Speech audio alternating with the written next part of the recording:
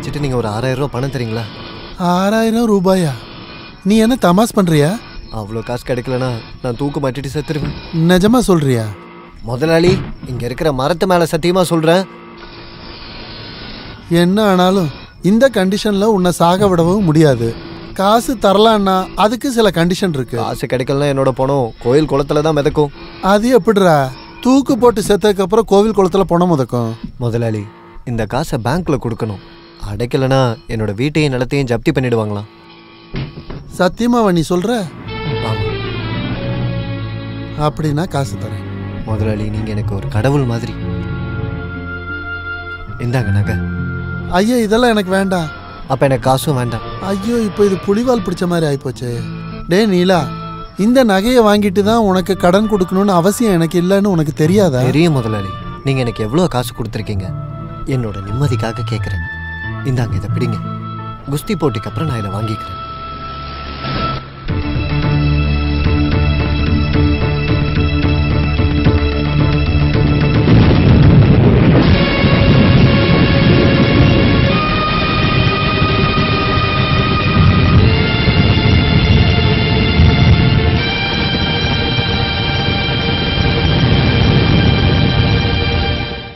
அதை எடுத்துட்டு போய் யார்கிட்ட வித்தீங்கன்னு என்கிட்ட சொல்லுங்க. சொல்லுங்க. அருணா கயிறை யார்கிட்ட கொடுத்தீங்க? கடையில கொடுத்தீங்களா? இல்ல. அப்ப எங்க போய் வித்தீங்கன்னு சொல்லுங்க. விக்கல. முதலாளி கிட்ட அடமானம் வச்சிருக்கேன். எனக்கு இப்ப என்னோட அருணா கயிறு வேணும். அது கிடைக்காது சாவித்ரி. ஏன் கிடைக்காது? அந்த காசை நான் பேங்க்ல போய் கொடுத்துட்டேன். பேங்க்லயா? பேங்க் கடன் அடைக்கலனா இந்த வீட்டை ஜப்தி பண்ணிடுவேன்னு சொன்னாங்க. ஓஹோ, அப்ப வீடு அடமானம் வச்சு கடன் வாங்கிருக்கீங்களா? காசு இல்லாத நேரத்துல. இதுக்கப்புறம் காசு இல்லைன்னா என்ன யாருக்காச்சும் அடகு வைங்க.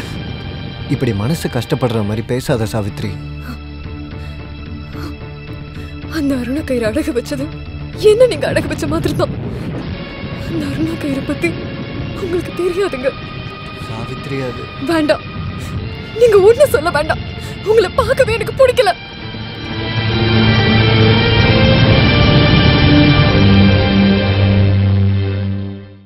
காட்டு வழி போற புள்ள கவலைப்படாத, காட்டு புலி வழி மம்மட்டிங்க பேரு சொன்ன புலி நடுங்கும் பாரு. என்ன சட்டை கூட போடாம இருக்கீங்க? நான் தொட்டுக்கிறேன். ஒரு தடவை, ஒரு தடவை. என்ன தைரியம் இருந்தா ஒரு ஆம்பளை மேல கைய இங்க பாருங்க.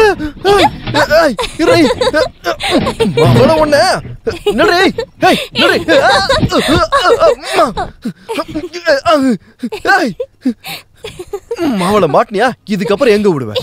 என்ன அடிச்சுட்டா வர நீ?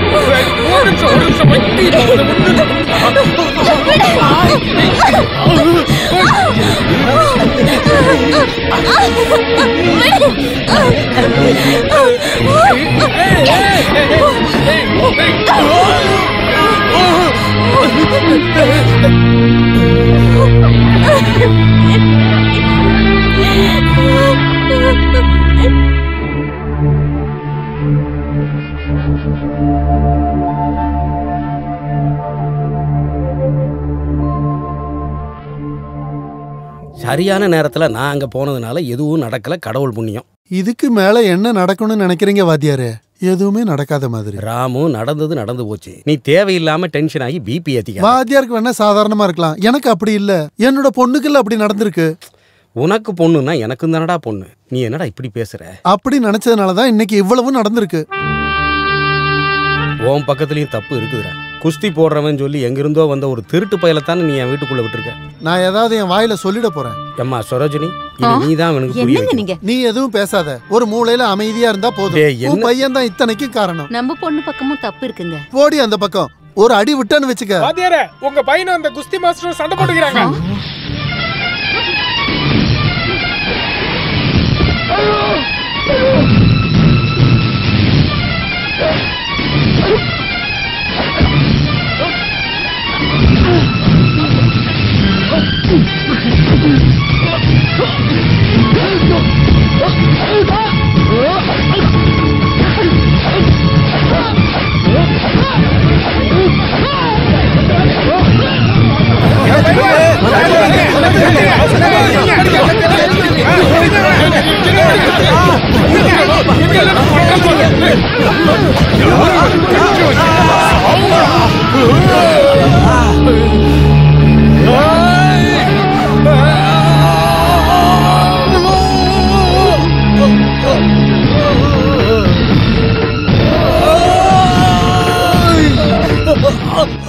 நீ எப்படா பயில்வானா?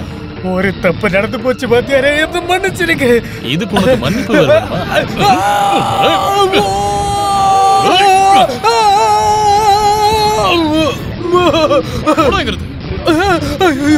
என்ன விட்டு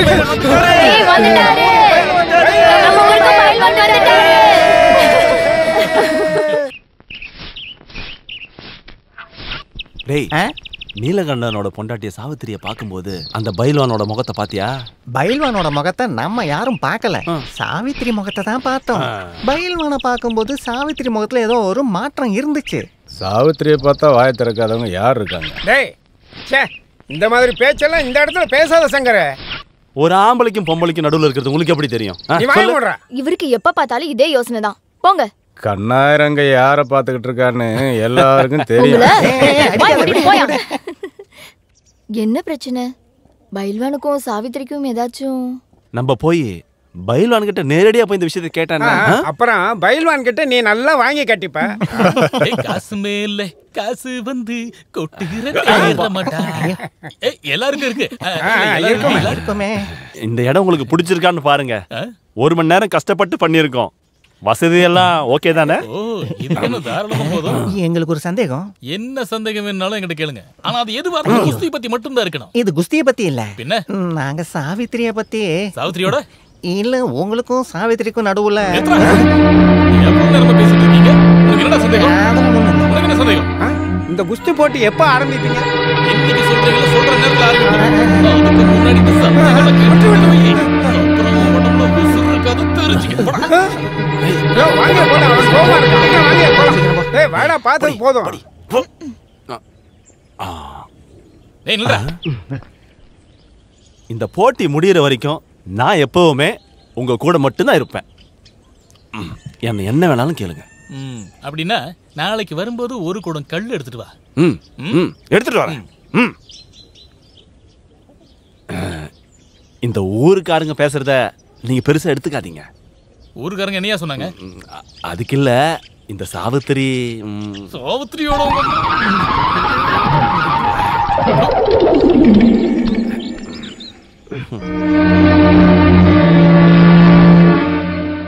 ஊருக்காரங்க ஏதேதோ பேசுறாங்க.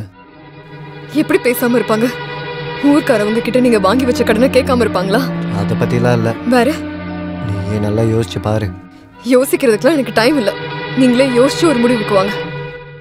உன்னை பத்தி தான் பேசுறாங்க. என்ன பத்தியா? ஆமா, அந்த பைல்வான் உன் மூஞ்ச பார்க்கும்போது அந்த ஆள் மூஞ்ச மாறிடுச்சுன்னு, அப்புறம் நீ கூட ஒரு மாதிரி பார்த்தன்னு ஊர்ல இருக்க எல்லாரும் பேசிக்கிறாங்க. அது உண்மைதான். அதனால அவங்களுக்கு என்ன? அப்ப அந்த ஆள் உனக்கு முன்னாடியே தெரியுமா? தெரியும். எப்படி? நாங்க ஒரே ஊரு. அது எனக்கு தேவையில்ல. உங்க 2 பேருக்கு என்ன சம்பந்தம்? சம்பந்தமா? ஆமா, நான் அதை தெரிஞ்சுக்கணும். எனக்கு அது தெரிஞ்சுதான் ஆகணும். நீங்க நினைக்கிற மாதிரி எந்த சம்பந்தமும் எங்களுக்குள்ள இல்ல. அப்ப இந்த ஊருக்காரங்க சொல்றது நெருப்பு இல்லாம புகையாது சாவித்ரி. அப்போ சொந்த பொண்டாட்டியை விட உங்களுக்கு இந்த ஊரு சொல்றதா முக்கியமா? வறுமையில கஷ்டப்படுறது பத்தாதுன்னு இப்ப சந்தேகம் வரையா? நீங்க என்னென்ன பண்ணிருக்கீங்கன்னு யோசிச்சு பாருங்க.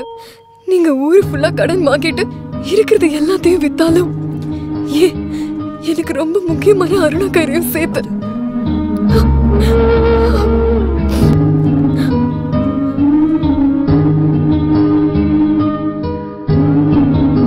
எனக்கு தெரிஞ்சு ராமும் பொருளை வாங்கிக்கிட்டு காசு கொடுக்குற ஆள் கிடையாது.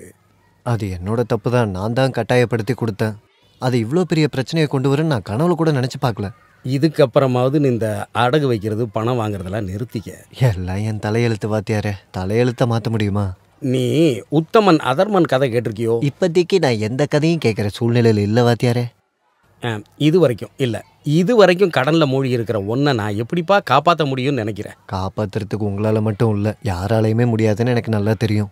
இப்போதைக்கு அடகு வச்சதை திருப்பி கொடுத்தா போதும். அசல் காசு கொடுக்காம எப்படியா கொடுப்பாங்க? உங்களோட க்ளோஸ் ஃப்ரெண்டு தானே ராம் முதலாளி. நீங்கள் அவர்கிட்ட சொன்னீங்கன்னா நிச்சயமாக கொடுப்பாரு. முயற்சி பண்ணுறேன். பஸ்ஸில் தான் வந்தேன். இந்தா ஆட்டோவில் போ.